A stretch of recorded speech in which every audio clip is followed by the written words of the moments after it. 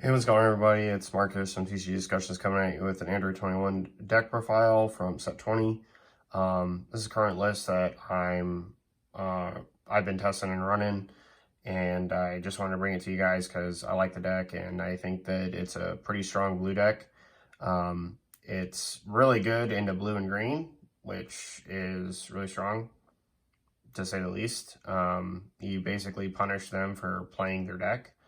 And furthermore, I think that it has like a real place in the meta, despite the fact that everybody either has the opinion that this deck is either extremely good and strong and godlike or completely terrible.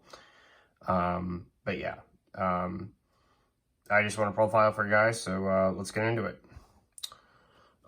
With this, I'm not going to do a lot of super long explanations. I just want to kind of keep it short. Basically, on this side, you can't activate extra cards or play battle cards using skills. Has an activate main to add a card from live to hand, top 5 search for an android, which is busted. And then if you're a life or less, untap one, draw one. This side, you can activate extras, but you still can't play battle cards using skills. And then permanent, it's during your turn you can't. Sorry, during your turn you cannot. You cannot do that. And then it has an activate main, draw one, choose up to 3 of your opponent's battle cards and units as an order barrier, switch into active mode, which is like really, really good for the cards that you guys will end up eventually trying to play, like the full power counter and whatnot. Right now, just testing this out, I've got 2 speed substitutions and 2 21 mandatory gatherings. Personally, I think that I would I basically did the split just to like test like these two, whether or not I hate it or not. There isn't a particular reason why like there isn't like any like hidden meaning to me having a 2-2 split of this. The only thing that I will say though is that black can punish this pretty hard, or anybody that plays Squid Sky. So that's like something to kind of like consider. And speed substitution does have a better search effect. So honestly, I'm probably going to lean eventually toward playing just like a 4 of speedy sub. But you can also tap, for this card, you can like tap your opponent's cards for it, which is like pretty good. Next, moving on, for Pan Glimpse of Talent, cantrip, draw a card, you get to give to your opponent. They have blue energy, so if they're not playing blue, you get to still use cards on their board. And it's a great turn 1 play. For Android 18, the measureless strength, it's got a rival, so you can like kiki somebody with that if they're not like looking forward to playing around it. It's also helpful if you play the 16 that brings out Bad Omen. But yeah, it's really good in the deck.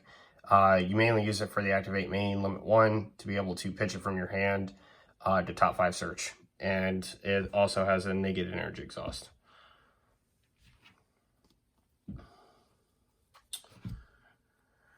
Next, for Ender 21 Total Audacity, deflect double strike 20k that draws 2 when it's played, and then gives your opponent a token. A lot to say about that. It's pretty good.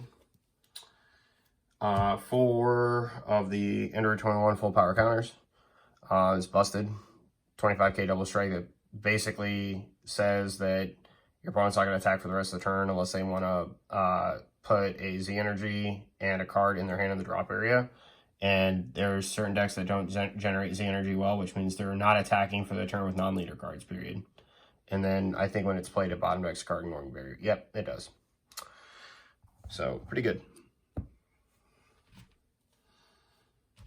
4 of Ceaseless Despair, the just broken. Untap side of the end of turn, played.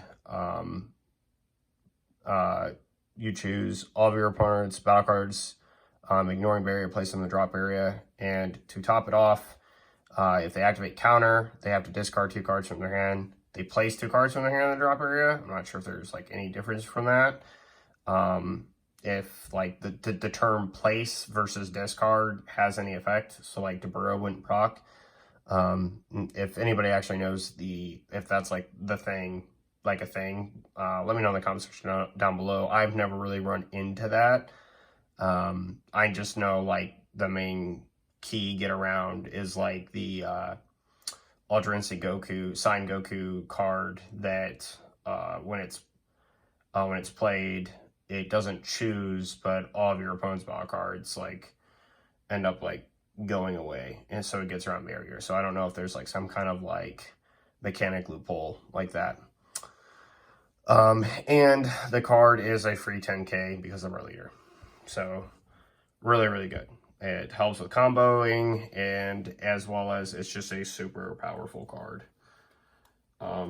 Next, on to more negates for Defending Friends. It's an android, it's very searchable, and it's broken. It's like the Mecha Frieza of blue. Next, we play Too Bad Omen. Yeah, card's good. Top 5, burn your opponent. That's like, yeah. And the specified cost of that is basically a tap 2 for you, right? So you'll basically tap a blue and a green. If you're playing against green and you give them a pan, you can possibly play like the entire card for nothing. So it's pretty good. Next, for some weird ratios, I have 1 Kusu just to like have her as like a counter play. It's also going to help me get around Brawly Crown if they main deck it in red. It's just a card in the deck to be able to do that. And then Power Reclaimed. I really like Power Reclaimed a lot, so I put him in my deck because I like him. He's really busted and gives you also an alternative finisher if you need to.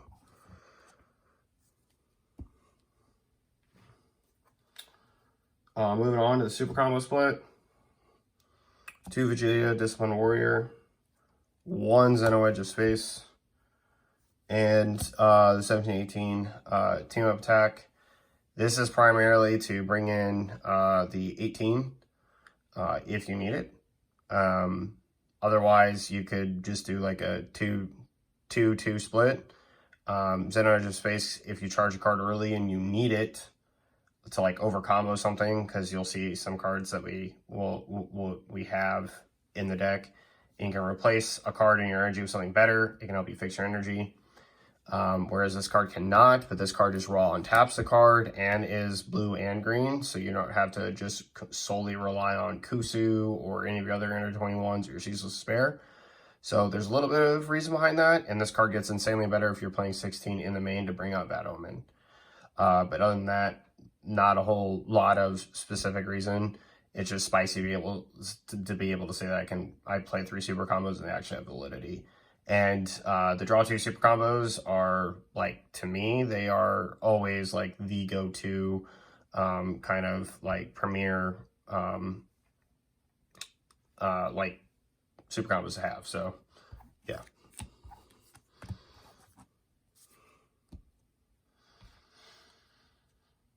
A couple more one-ofs.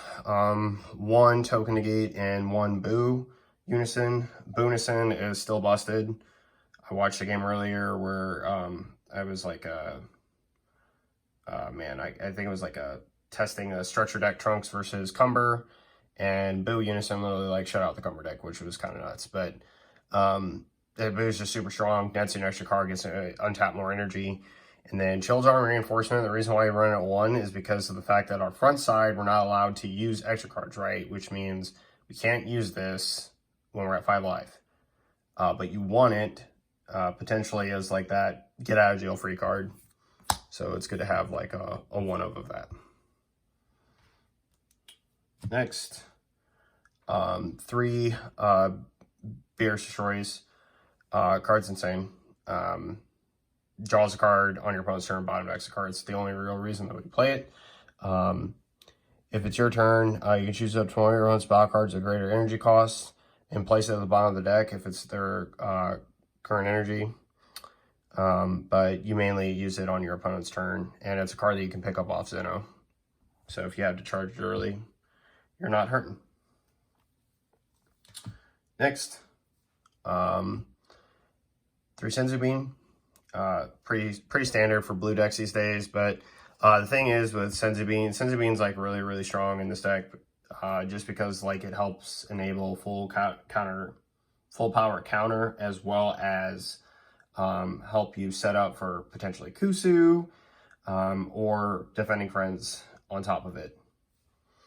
4D magic, you like fuel you're dropping incredibly fast, so this card's going to become live sparking wise. So yeah, it's also just D magic. So in the SCR you saw it because it was on top of the deck. The most broken SCR in blue right now, when you're playing this card in your deck, you're playing with 10 life.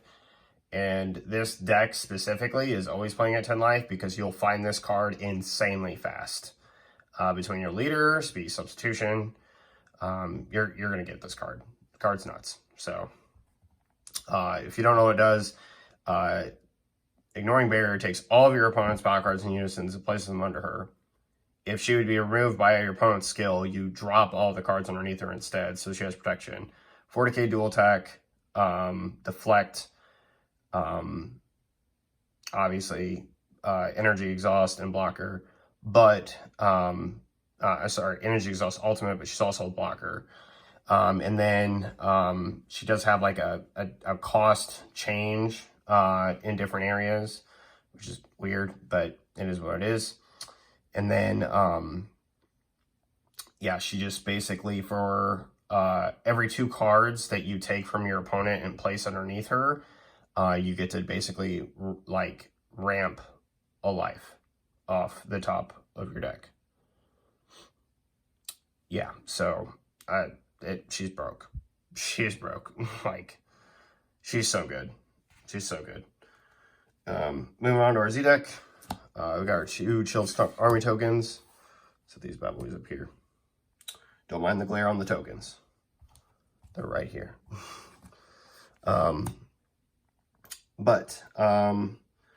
We have 2 in the name of hunger and 2 in the name of peace. Peace plays hunger.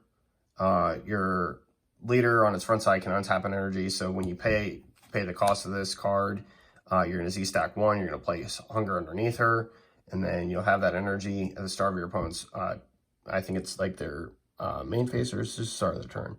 Yeah, it's their main phase. It's basically kind of the same thing, but there's a whole charge phase and all that other stuff that technically goes on. Then you can tap to play her out from underneath. She does get a reduction in her power, which is okay. She is a 10k crit, so I guess that's somewhat relevant. But this card comes out, it's 20k blocker, Z-stack 2. And then when this card is played, you may place the top card of your deck in your energy and rest mode, and then choose up to one of your opponent's battle cards and place it on the bottom of the deck, which is just super duper good. You're going to get removal as well as ramp, and your leader basically uses, I didn't say this about the permanent, but your leader on its backside allows you to use 21 cards, 21 Z battle cards, and your opponent's cards as energy. If I didn't say that, that's what it allows you to do. So you can then use both of these Z battle cards as energy fuel for your full power counters and like your Bad Omen, so on and so forth if you have to, which is really good. And then it has an activate main, so if you like hard cast this and then you Z-stack 2, you can choose a skill on a card underneath it, and yeah. And yeah, it's a keyword skill. That's what I'm thinking. I'm not like any skill auto. It's a keyword skill. Sorry, I can't read. But you get to choose a keyword skill, and so like I'll just show you the card that we mainly use for it. Vegito. You can give her triple strike, for example, or give her barrier, so she's a barrier blocker, and it gains that skill to the end of your opponent's next turn, which is like super good. And so we play the one Vegito. We're not going to hard cast him like ever. We will hard cast these 2 cards, however, if we need them. Barrisary Annihilator and Cell. Not a lot to say about these 2 cards. They're like staple for blue. So, yep. that pretty much does it for my Android 21 deck profile. As for a side, I have to like really work on my side, so I'm not even gonna show you what cards are sleeved. I basically threw them together before a tournament, and it's partially irrelevant now because Dirty Burst is banned. So, yep. Hope you guys enjoyed this this one. Let me know what you guys think of the deck down below, and I will see you guys next time. This is Marcus from TCG Discussions, signing off. Laters.